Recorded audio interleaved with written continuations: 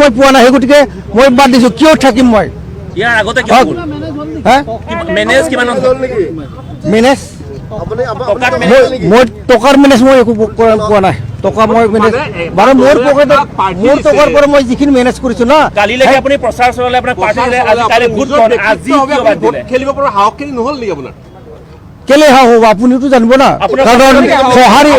এটা যদি আপুনি নাপায় তেতিয়াহ'লে কেনেকৈ আপুনি চলিব আপুনি বিশ্বাসঘাতক কৰিছে মই বিশ্বাসঘাত কৰা নাই মই বিশ্বাসঘাত কৰা নাই মোক পাৰ্টীয়েহে বিশ্বাসঘাত কৰিছে মোক প্ৰবঞ্চনা কৰিছে হয় হ'ব মই এইখিনি কাৰণটো কম হা কংগ্ৰেছ পাৰ্টি হ'ল এটা তেওঁলোকে কি কৰে জানে খালি মিয়া গোষ্ঠীৰ কাৰণে তেওঁলোকে চকু ৰাখে আৰু বাকী গোষ্ঠীৰ কাৰণে আমাৰ যিটো এছ টি মানুহৰ কাৰণে তেওঁলোকে একো কাম নকৰে মই চাইছিলোঁ কি জানে মোক সঁহাৰি দিয়ে কিন্তু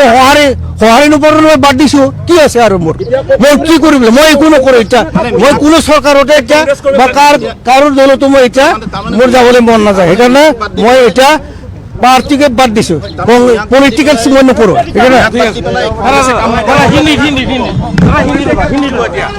এতিয়া কংগ্ৰেছে কাক ভোট দিব আপুনি